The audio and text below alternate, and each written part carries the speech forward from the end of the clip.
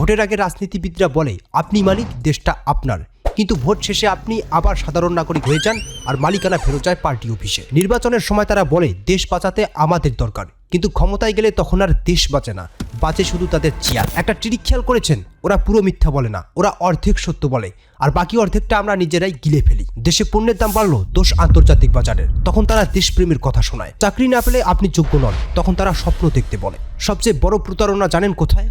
ওরা বদলায় না, ওরা শুধু আমাদের আশাটাকে বদলায়। কারণ রাজনীতিবিদরা জানে আমরা ভুলে যাই, 5 বছর পর আমরা আবার বিশ্বাস করি।